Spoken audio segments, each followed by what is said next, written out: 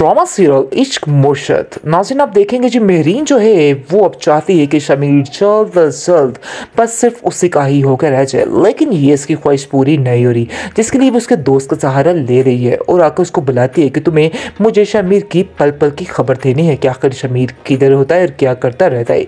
जिसको सुनकर आप देखेंगे कि वो कहता है कि आखिर मैं तुम्हें शमीर के बारे में कैसे बता सकता हूँ। आगे से आप देखेंगे वो उसको कहती है कि नहीं, मैं तुम्हारी ड्यूटी है और तुमने मुझे शमीर से मिलवा कर ही रहना है।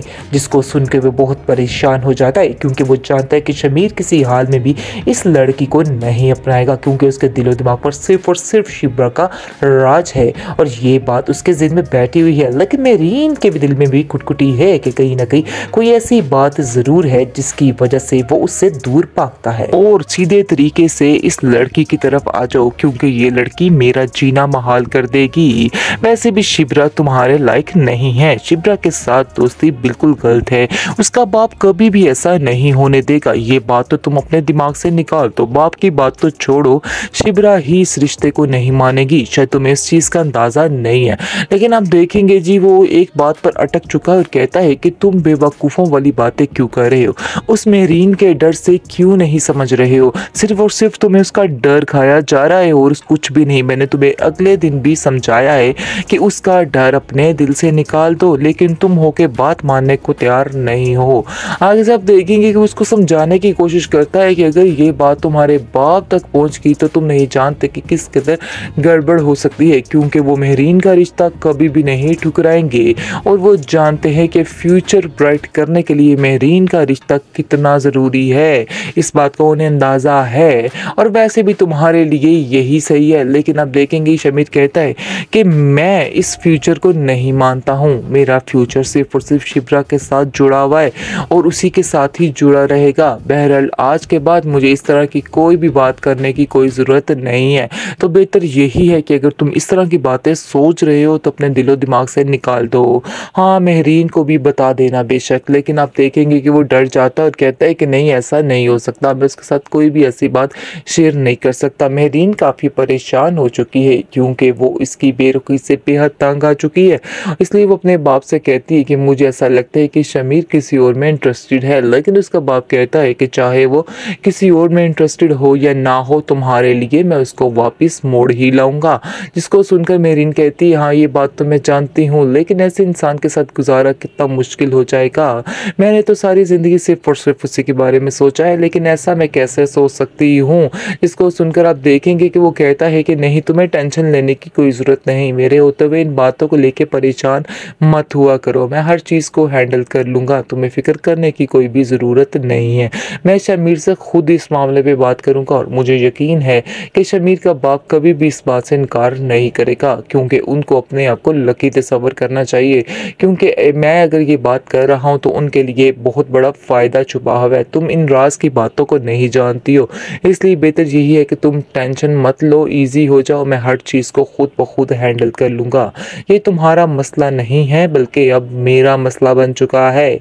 इसको सुनकर मेहरीन को काफ़ी तसल्ली हो जाती है और वो अपने बाप की बातों को समझ लेती है और कहती है कि बस मुझे बाप पे यकीन है, आपने मेरा ये काम करके ही रहना है। जिसकी वजह से काफ़ी ज़्यादा यकीन आ चुका है उसको और वो अपनी लाइफ बड़े मज़े से एंजॉय करने लग जाती है। लेकिन बार बार उसके दोस्त का पीछा नहीं छोड़ती और उसको कहती है कि मुझे शमीर की पल पल की खबर चाहिए कि आखिर वो किधर होता है, क्या करता है, क्योंकि उसकी बेरुखी इस तरह से उससे बिल्कुल बर्दाश्त नहीं हो रही है और वो बिल्कुल अपने आप को तना महसूस कर रही है। शिब्रा की पप्पो ने आखिर अपना काम कर ही दिखाया है और बता ही दिया है कि वो नागिन कुछ भी कर सकती है। नाज़रीन, उसने ही लगता है कोई दिमाग में बड़ी है चीज़ अपने भाईजान के, जिसकी वजह से उसका भाई जो है शदीद गुस्से में आ चुका है और उसने थप्पड़ दे मारा है बेचारे फजल बख्श को, जो उनके घर मुलाजिम के तौर पे रह रहा था। आप देखेंगे जी ऐसा नहीं हो सकता है कि फजल बख्श चला जाए, वक्ती तौर पे तो क्या है, लेकिन ये वापस आ जाएगा, बहुत जल्द आएगा वापस, क्योंकि अब कोई भी उसके बगैर नहीं रह सकता है। खास तौर पर शिब्रा की माँ उससे बेहद मोहब्बत करती है और वो कहती है फजल बख्श से कि तुम मेरे बेटे हो और उसने अपना बेटा ही मान लिया है इसको। खैर आप देखेंगे कि वो अपने शोर से भी साफ साफ कह देती है कि अब मैं आपकी एक नहीं सुनूंगी। आप नहीं जानते हैं कि आपने कितना गलत किया है, आपको ऐसा हरगिज नहीं करना चाहिए था।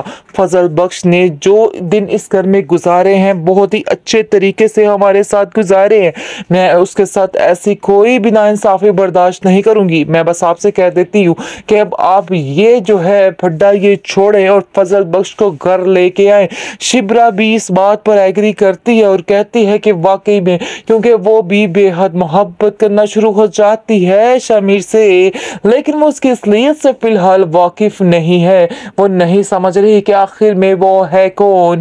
खैर उसको जैसे ही इस चीज का इल्म होगा तो वो उसको छोड़ देगी, क्योंकि हो ही नहीं सकता कि वो उसके पास रहे, या हो भी सकता है कि उसकी मोहब्बत में वो बिल्कुल अंधी हो जाए जिसकी वजह से वो अपने सारे असूल भूल जाए। खैर देखिए आगे आगे होता है क्या। मजीद चस्के आप लेने के लिए हमारे चैनल को जरूर सब्सक्राइब कीजिएगा। बाकी आप देखिएगा जी सुकैना जो है वो काफी परेशान है कि आखिर वो अपनी फुप्पो जान को कैसे हैंडल करेगी, क्योंकि वो जानती तो है कि ये औरत किस कदर लालची है। बेशक नौकरी का बंदोबस्त तो हो गया है, लेकिन फिर भी बहुत ज्यादा उदास है सुकैना, क्योंकि वो तंग आ चुकी है अपनी फुप्पो जान की इन बातों से, इन टोकों से, और क्या क्या वो करती रहती है। और वो सोच रही है कि आगे जाके उस पर क्या क्या वार किए जाएंगे। इस बात ने उसे परेशानी और टेंशन में डाल दिया है। उसको समझ नहीं आ रही है कि आखिर वो क्या करे। वो ये बात अपनी माँ से भी नहीं कह सकती और शिब्रा से भी नहीं कह सकती है, क्योंकि शिब्रा तो खैर पसंद करती ही नहीं उस फैमिली को। वो कहती है कि ये एक लालची फैमिली है, इसके साथ गुजारा बेहद मुश्किल है और करना भी नहीं चाहिए। लेकिन उसकी माँ कहाँ ये बातें सुन रही है, और वो कहती है कि बेटा इतने सालों का रिश्ता हमने इधर किया हुआ है और समझो उसकी शादी हो चुकी है, सिर्फ रुखसती बाकी, तो अब हम ऐसे इसके साथ कैसे कर सकते हैं। हमें उसके साथ ऐसा हरगिज नहीं करना है।